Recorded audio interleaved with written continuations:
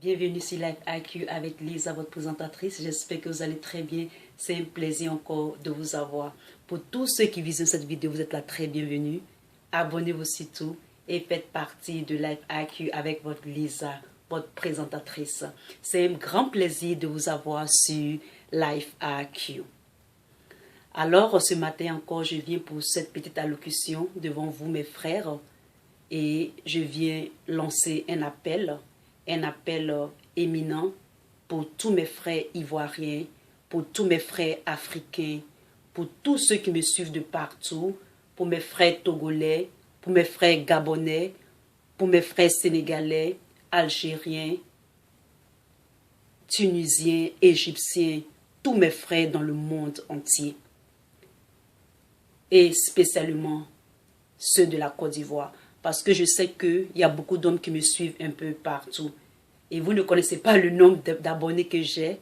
Peut-être que certains savent, mais peut-être que d'autres ne savent pas. Mais sachez que je suis un peu suivi de partout. Et donc, je lance cet appel. Je fais cette petite vidéo de motivation. Et je le fais pour tous mes abonnés d'abord, pour tous ceux qui visionnent cette vidéo, pour la Côte d'Ivoire et pour ceux qui aiment la Côte d'Ivoire. Alors, vous êtes là très bienvenus. Alors, ce matin, dans cette petite allocution que je vais faire, je sais que il y a des gens qui sont nous sommes de différentes confessions religieuses, c'est-à-dire il y a toutes sortes de personnes qui nous suivent sur la toile. Et donc, le titre de cette vidéo est « La guerre de communication dans la politique de nos pays africains ». Peut-être la Côte d'Ivoire. Je vais mettre peut-être la Côte d'Ivoire, la guerre de communication. Je fais cette vidéo pour la Côte d'Ivoire spécialement parce que c'est de la Côte d'Ivoire que maintenant je parle de. Donc, nous allons aller avec le problème de la Côte d'Ivoire. Partagez les vidéos, partagez-les, partagez-vous mes frères togolais qui me suivent, partagez-les vous les frères gabonais, car nous sommes tous africains et nous avons le même problème sous différents cieux. Alors, je vais prendre des exemples très simples que nous allons tous analyser et essayer d'ouvrir vos yeux sur ce qui se passe. Je vais prendre un exemple. Je vais prendre l'exemple d'abord des chrétiens. Je vais prendre des exemples de la Bible. Et pour les autres personnes, je vais prendre les exemples du monde, c'est-à-dire du monde séculaire. Alors, mes chers frères, quand nous prenons la Bible, nous avons vu que, vous tous vous connaissez l'histoire de Pharaon et de Moïse. Lorsque Moïse avait dit à Pharaon que Dieu voudrait qu'il laisse partir son peuple, le cœur de Pharaon s'est endurci. Vous comprenez cela? Je passe spécialement ici pour la Côte d'Ivoire, parce que tout le monde a les yeux encore braqués sur la Côte d'Ivoire. Et je fais cette vidéo pour mes frères ivoiriens, mais aussi pour d'autres pays dans le monde, en Afrique, partout. Lorsque nous prenons l'exemple de Jean-Baptiste, pour la Bible encore, nous voyons que Jean-Baptiste, c'est un ange qui a annoncé sa naissance. Vous comprenez, mes frères? Un ange a annoncé la naissance de celui qui a montré dans la Bible des chrétiens le Sauveur qui est Jésus-Christ. Et vous savez comment est-ce qu'il est mort? Ce sont des filles qui dansaient sur des bars au temps de la Bible, qui ont coupé sa tête, alors que Jean-Baptiste était le plus grand des royaumes des cieux dans la Bible, selon les Écritures. Vous comprenez un peu? J'ai une nièce. En son temps, elle avait, je crois, 8 ans. Et elle partait dans une école privée. Un jour, elle est venue s'asseoir près de moi. Et elle a dit, Tati, tu sais qui a tué Jean-Baptiste? Elle a dit, the disco girl killed John the Baptist. Ça veut dire quoi? Tati, ce sont les filles de disco qui ont coupé la tête de Jean-Baptiste. Alors que Jean-Baptiste est le plus grand du royaume des cieux. Et ce sont les disco girls qui ont coupé sa tête. Quelqu'un qui est grand, qui a annoncé Jésus. Et on coupe sa tête comme ça. Je prends un autre exemple avec la Bible. Lorsque Jésus est né, Hérode a vu son royaume menacé. Il a fait semblant de dire qu'il va l'adorer aussi, ce petit Jésus-là, parce que les rois mages lui avaient dit que il y avait un autre roi qui était né, et nous on pas l'adorer. Ne disant pas ces informations, il a fait que, il a dit, si vous partez que vous le trouvez, passez par là, dites-moi, moi aussi j'irai l'adorer. Et c'est comme ça que les anges ont prévenu les mages. Et ils ont dérouté la route d'Hérode. Mais la vie de l'enfant était tellement menacée qu'en ce temps-là, en Israël, plein de bébés sont morts. Il dit bien, sont morts pour ce petit Jésus-là. Tellement que sa vie était menacée lorsqu'il était né, à cause de l'étoile qu'il était. Mais aussi, un ange est venu dire, prenez l'enfant, allez en Égypte. Lorsque ceux qui étaient morts et n'en voulaient plus à sa vie, cette situation était faite.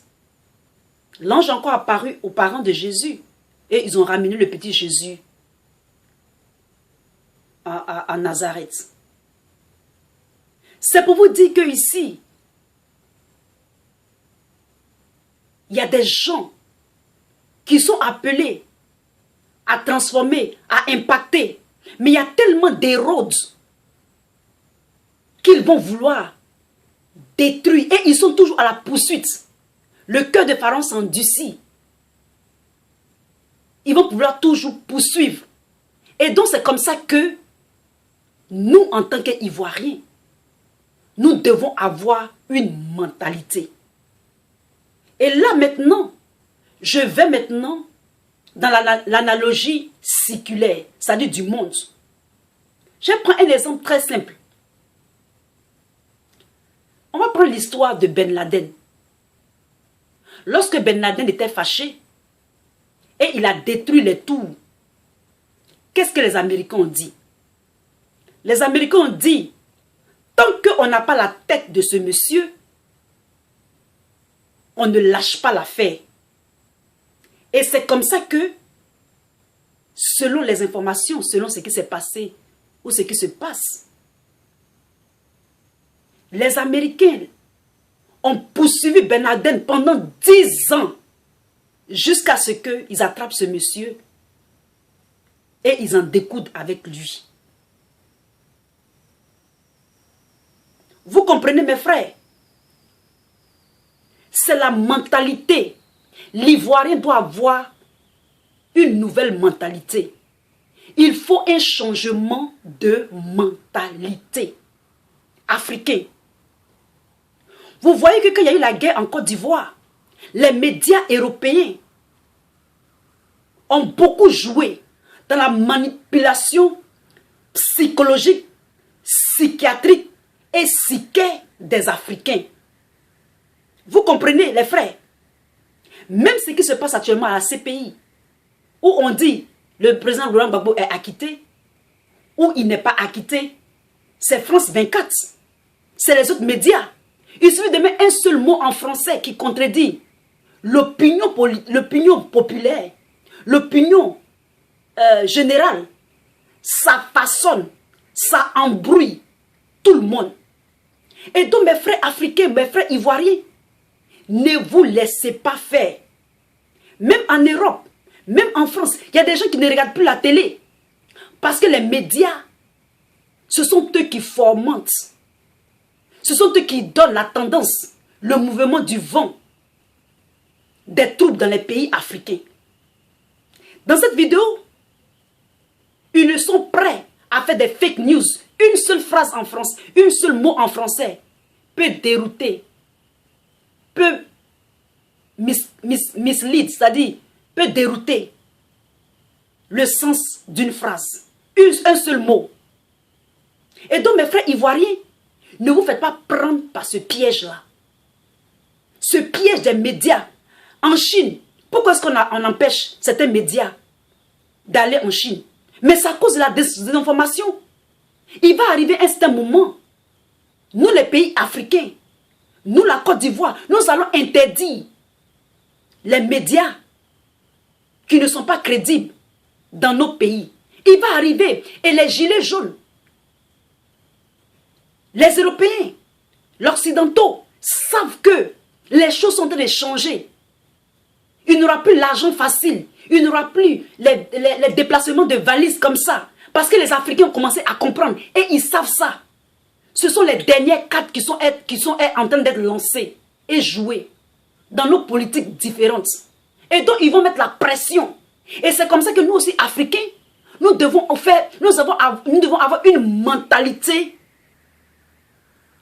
vraiment stratège et stratégique. Je dis ça comme ça pour que tout le monde se prépare. Je parle aussi à mes frères européens. Je parle aussi à mes frères ivoiriens. Je parle aussi à mes frères togolais, sénégalais, maliens, tout le monde.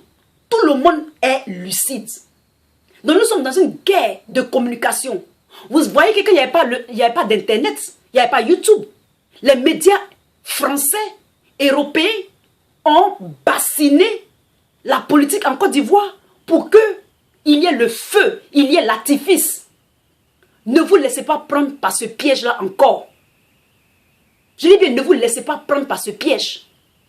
Commencez à regarder les médias des gens qui vous ressemblent. Parce que la plupart du temps, quand on regarde les médias, ça nous envoie, ça nous formate dans un autre univers.